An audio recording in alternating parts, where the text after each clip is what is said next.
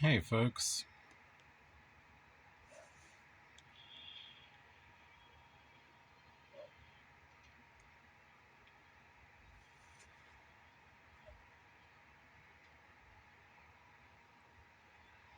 You might be wondering, what the heck is this dude doing? He started a video.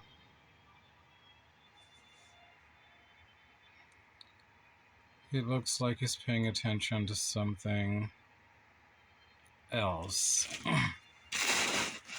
like his cell phone, which I am on my cell phone playing a game. Also, um,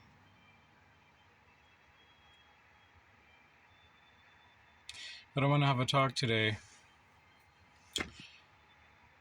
because, well, damn. Main reason is because we're all humans. And I say that as a preface or a preface or however you want to pronounce it to the fact that everybody has bad days because everybody feels emotions. Everybody feels highs and lows, ups and downs, goes through happiness, sadness, the full range of emotions. Everybody. Like, not one of us is the only one.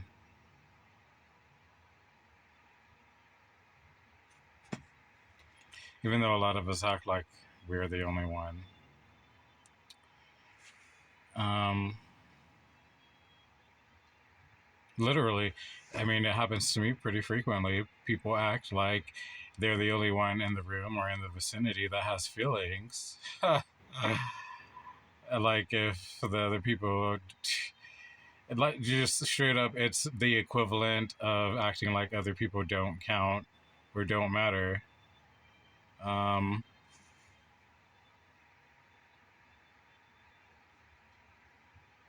it's one thing to genuinely do something on accident that like you're not aware of.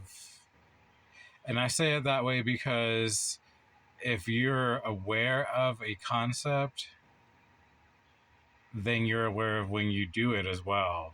Like because you're capable of identifying it and identifying with it when you're doing it, you know that you're doing it. Um, if you're in a situation where you're ignorant that there's any certain type of said parameters because you've never complained about it to like a specific person yourself or something, for example, then that's because you didn't think that those things applied to your situation or the circumstances, or even if maybe it was a relationship or whatever. So you didn't have the awareness that those parameters abided. But if you're in a relationship with someone and you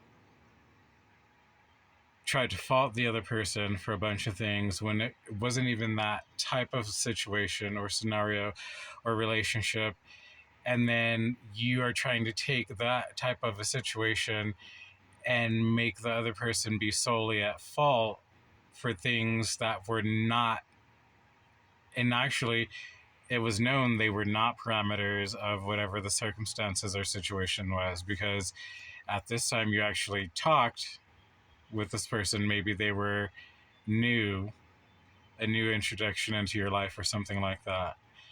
And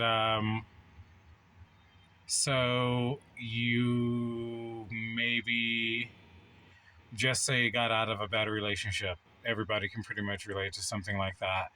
And so it was a horrible enough of a relationship that you weren't really looking to get into another relationship yet. You were kind of like just out there dating. You wanted to have some fun or something, let's say, right? Um,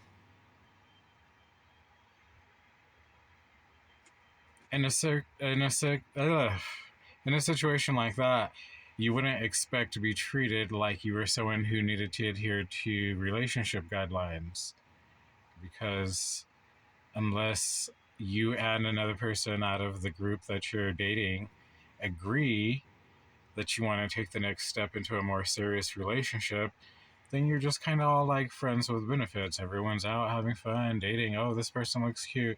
I'm hooking up with so and so tonight because that's what I think is going to make me feel good. Yada yada, whatever, blah blah blah. That's just one scenario I'm going to run through on perspective of, because there's so many of them. But everybody in the moment and what they want to do, you know, peaks and perks up whatever justification that they want to put on a plinth, and that's what they put their focus on, so that they can move forward with whatever they're going to do in the moment. It is very different to do something like be in a relationship and have expectations to be expected of you, and to not be in a relationship and to have things expected of you. So if you take a person who you are not in a committed relationship with, and you both have said it verbally and agreed to it, to put boundaries, limitations, stipulations, anything even to use as a weight or a manipulator of any sort is kind of bogus. And really, if that person doesn't even want to fuck with you anymore, like hook up with you or anything like that, they're completely within their bounds to not really want to mess with you, because you're already showing like you're not trustworthy, you're not honest, you're not reliable, and depending on how far you take it, that you also have like an unstable personality. That all, like, for someone to read those things from you, all is going to depend upon how you present yourself. Different people with different experience levels are going to read different people differently as well. Like somebody who is a veteran in dating, or is very set on understanding what they think that they want out of life, may be looking for a very stringent set of ideas and attributes and characteristics. And if someone doesn't fit into those, then they're not really checking for you. They're not really looking for you at all. They'll kind of look past you. You could be friends or something, but they're never going to see you as serious relationship material.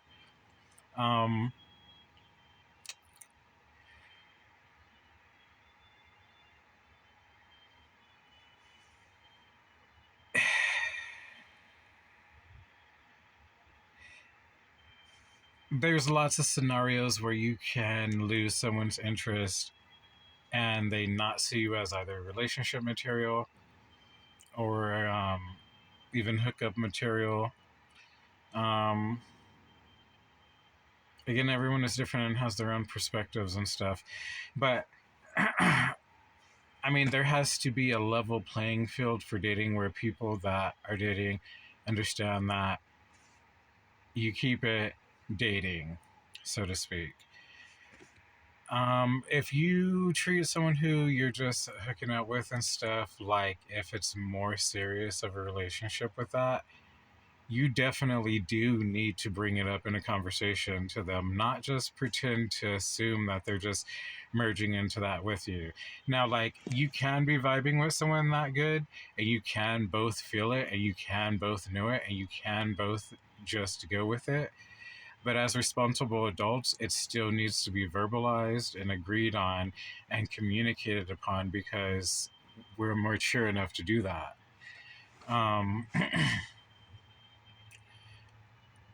Otherwise, you cannot just impose new ideas and laws upon the other person who's the other party in the relationship, as if you just jumped levels when you didn't, or you didn't both agree to. You definitely both need to be aware.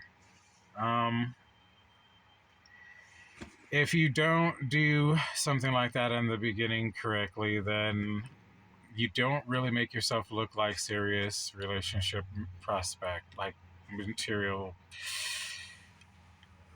unless the person is willingly, and because definitely knowingly, willingly going to go ahead and like make themselves become subject to dealing with a whole bunch of crap. because especially when someone gets comfortable with doing abnormal behavioral patterns, that is just like I had a narcissistic relationship, and I saw that it was nothing but a way to try to establish a pattern that was wrong, so that maybe the first 2 or 3 times that they did it around you, maybe they weren't doing anything wrong. But as soon as they think that you're comfortable with the pattern, they're going to be doing stuff wrong, hiding behind the pattern of what they always have been doing. It's nothing but a manipulation tactic. And when that it appears that people with a narcissistic syndrome have perfected or think that they've perfected the execution of. I mean, I suppose that the execution is perfected whenever it works, or it works more than once or multiple times, or whatever. You can get a lot of stuff over on people who don't know you. That's why, like, there's a lot of people who appear to be happy and appear to be hot and appear to be fun and this and that. And maybe they are fun in some of those things, but as far as being a whole complete person and being a good person at home and stuff like that, just because someone is pretty or smiles a lot does not mean they're a complete person like that. It doesn't even mean that they understand that electricity and water don't mix. Real talk, I've seen this with my own eyes. Like, someone will hang a power strip, like a 6-port power strip, over a bucket of water in a kitchen between a refrigerator and like a little auxiliary kitchen shelf space. And there's little kids in the house. Like, no, definitely. Along with being a person who loves themselves and respects themselves, that's going to mean that you're going to have some standards for yourself. And when you have a good understanding of self love, or some people call it looking out for number one or whatever, then seeing somebody who doesn't care to be safe, or in other words, lack of better words, careless, they are. Um,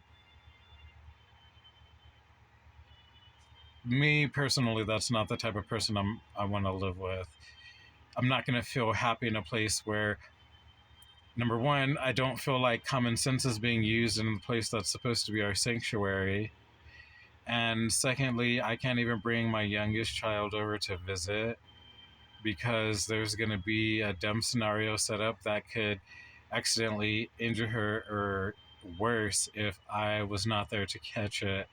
And it shouldn't even be like that. Like, those are things called red flags. And when you get real serious red flags, people place their weights on them differently. Some people be like, oh, this red flag is just a little thing. It's not that big of a deal. Well, fine. If that's the way you judge it, cool. When you get a definite big red flag, like a definite, like, no, that's bad, negative type of red flag feeling, then you need to have enough self-love and self wherewithal inside to not pick up and go, so to speak, because like you do want to do that, but you want to exit with your dignity and composure. um and that means a lot of things, because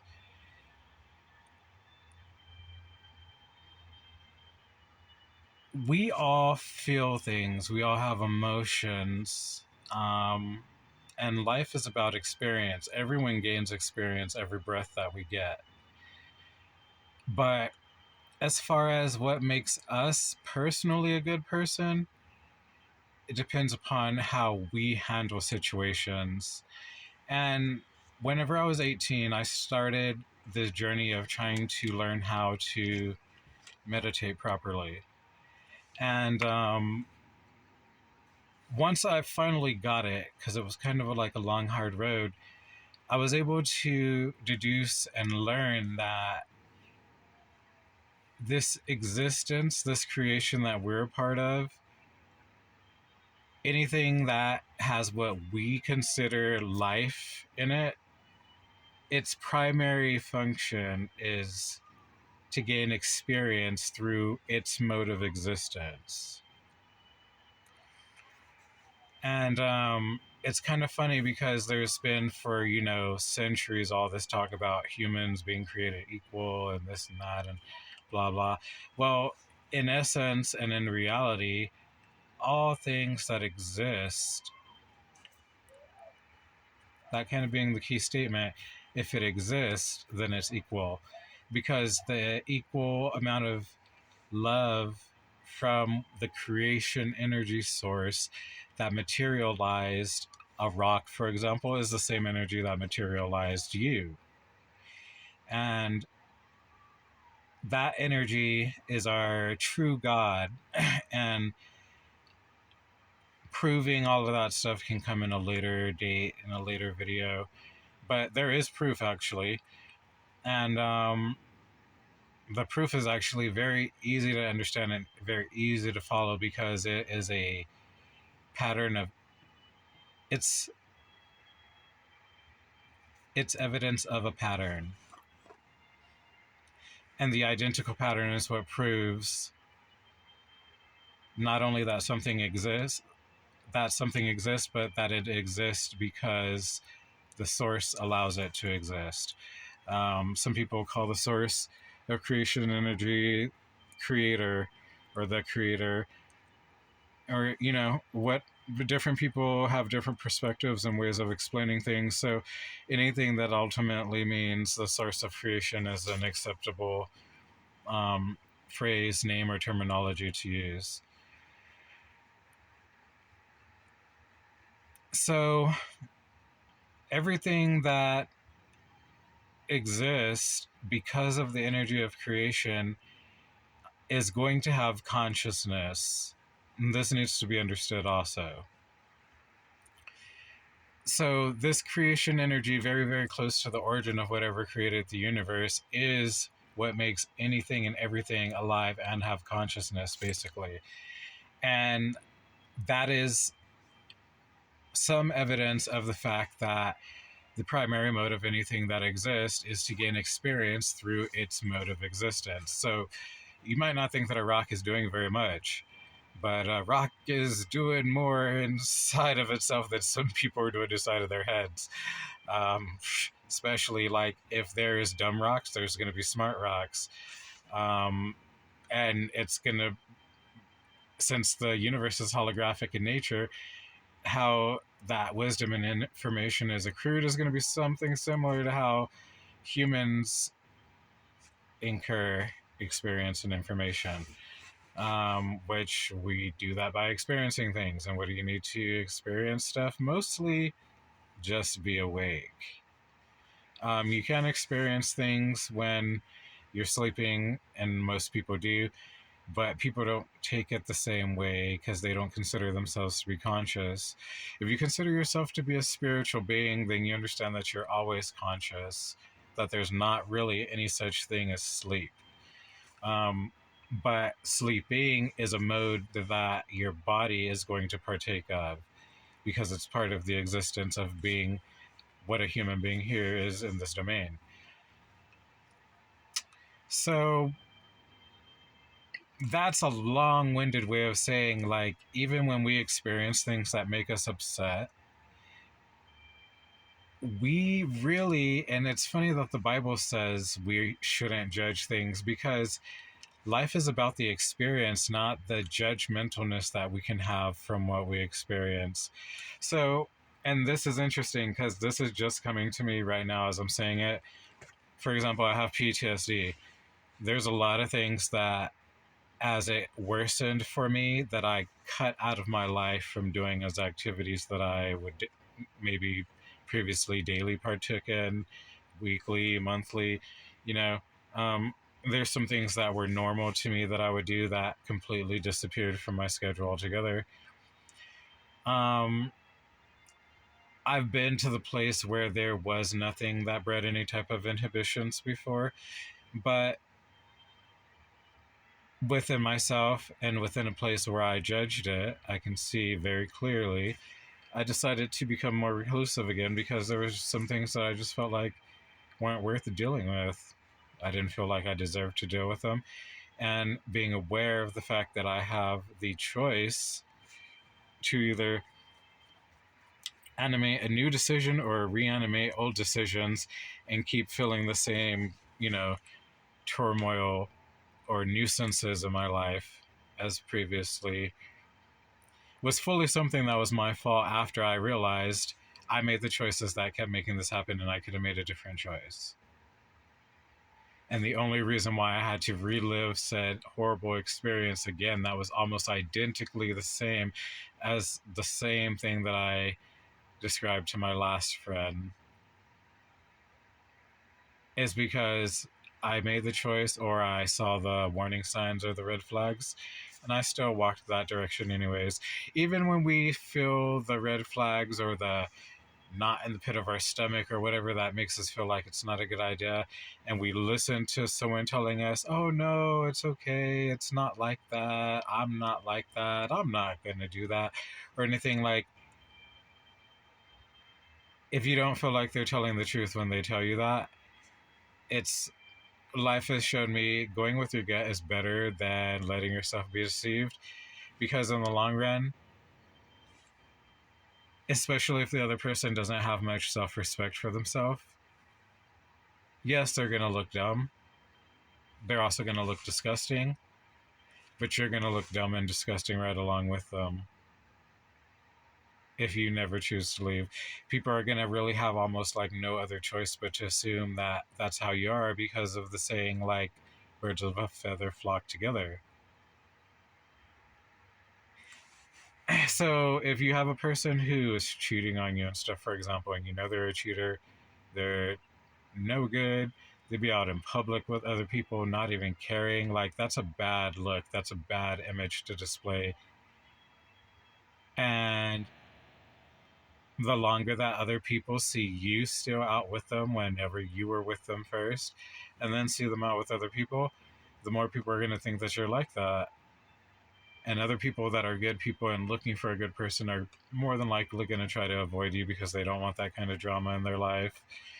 Um, if you're not like that, good potential people that could be a good opportunity for you are going to skip over you, because either they're going to think that you're like that or you don't know how to deal with it. Either way, you're prone to the mistake being a recurring issue. Um,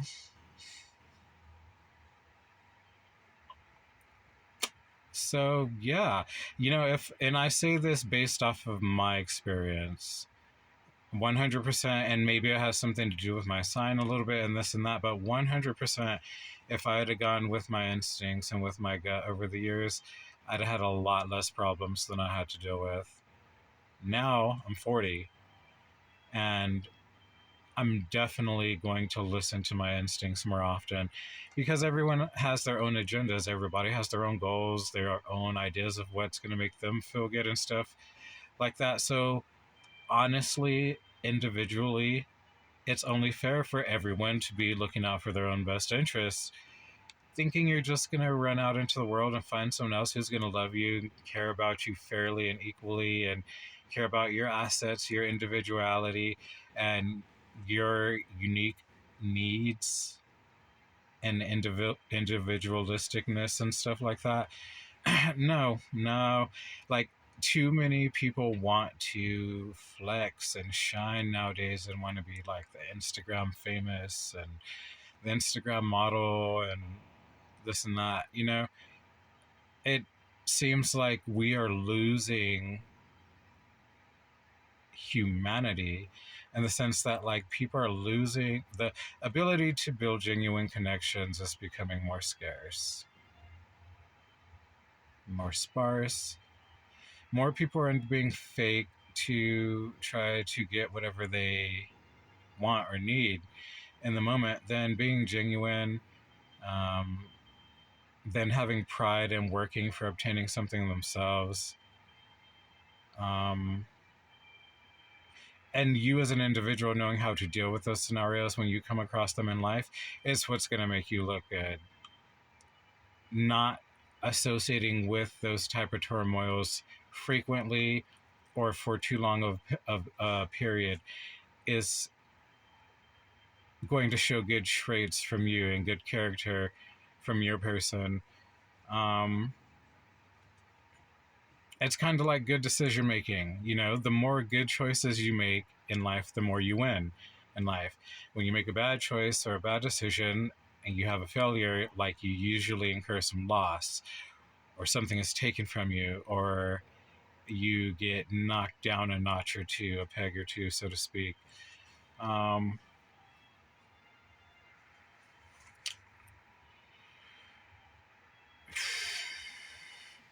Life is this complex thing where every person individually, though, needs to, because it's only the best that you can do the best with each situation according to the knowledge that they have in every moment. Um, and then, with that said, always keep on learning, and always try to especially learn from mistakes, because as long as, like, you're giving your best and you're doing your best, no one can actually ask more of you than that in any given moment. So when we have failures, whether we win or lose, those are still opportunities to gain experience from. And we should always, especially when we fail, seek to do better. But also when we do good, seek to augment how well we did in whatever previous mode we were in. Or learn the things that made it good and try to combine that with more positive attributes the next time. Um, and this is how you build upon yourself. This is like your first look at personal growth. Because we can't really go around just saying that we're a good person when we don't actually know how to be a good person. And if we don't actually know how to be a good person, then there's two downfalls from that. We aren't actually ever happy inside with ourselves. And then the only other point of gaining experience and knowledge and wisdom is to be able to pass it along. So if we don't learn how to properly deal with situations and scenarios, we can't really rightly give anyone else any other information or advice that we rightly think should or would work, especially if we don't have any experience with it. Now, that's not to say that some people can't draw great hypotheses, great educated guesses, um, because they can. There's people that are very intelligent, there's people that are very good guessers, there's people that have gained valuable enough life experience or diverse enough life experience where they are able to calculate and formulate in their mind different avenues, options, and ways or venues, even for how different things can go. I was pretty decent at that whenever I was younger myself. But I did still know that even whenever I drew a hypothesis about something and shared with someone, if it was something I had not experienced myself, that I needed to qualify what I said by telling people that it was still something that I was just guessing, and that I was going to do my best for them to look at and work out all of the points and variables that probably pertain to said subject. But humans make mistakes. I can't claim to be perfect. I might mess up. I might get something wrong. I might forget an important variable. I might not have been exposed to something, or otherwise think to add something that might be important enough to weigh, but I'll do my best for you. And I made a point to make sure to convey that to people all the time when they would ask me for advice. Luckily, I gave pretty good advice, and it was strange that, and this is a personal testimony of something kind of sucky, but like, I was giving lots of other people good advice I was seeing, and I was seeing their lives get better.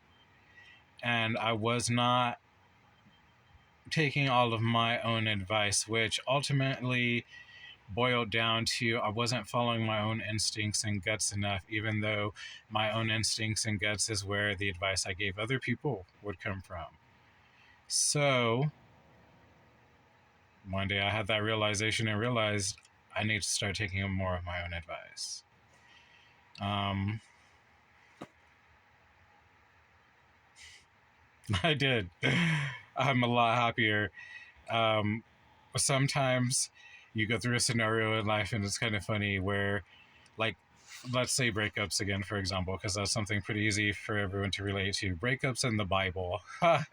It's almost like you could almost level with anyone, or people at least act like they can relate if you talk about those two things in many settings. Um, so there's all kinds of different breakups. There's good breakups, there's bad breakups, but then there's like the worst breakup you've ever had, all the way to the best breakup you've ever had, all the way over to like the worst relationship, all the way up to the best relationship, and everything in between those parameters. Um, Going back to like having self love and then having those standards that comes with being a person. If you have standards for yourself, like I was saying, and you adhere to those strongly, I really strongly believe that that helps people incur a lot less heartache, not only in relationships, but in life in general. Like if you go with your instincts, you go with your what appear to be your best choices the majority of the time, with the energy that flows with the spirit of your being and stuff like that, usually like things will turn out good. There's still a small chance that things can go awry sometimes and not work in your favor, but the majority of the time, things are going to work out pretty good. Um, so, you know, that's what I guess the moral of today's message is. It's like the Bible says to keep some things like about yourself, to guard your soul and your spirit and stuff. Well, it says to put on the whole armor of God, it calls it. But like there you can say it other ways, like to protect your heart and your mind and your spirit, you know. Your soul is where the energy of your own sanctity and tranquility comes from. Your heart is where like your adventurousness and impulsiveness and spontaneity comes from. And your mind is where your logic and your conservativeness and, you know, things that help you slow down, see the bigger picture, and build upon yourself gets stored. And I think a lot of it is calculated there as well. But bringing all three of those different parts of your essence together in harmony has to be a goal of every individual person, I feel like. Um, because then it brings clarity to yourself and your mind. It makes you feel like you know who you are better. It really does that. And that's pretty miraculous.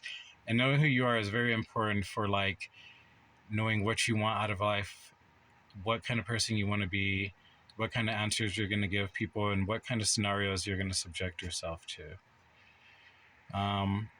And me personally, bad stuff happens already enough in life, by accident, by people being saboteurs, by people being hateful and wishing bad upon other people. I only try to wish everybody the best. You know, enough shit's gonna happen. So, with that said, namaste. Amen. Ramaste. I hope everyone has a great evening. Remember to love yourself.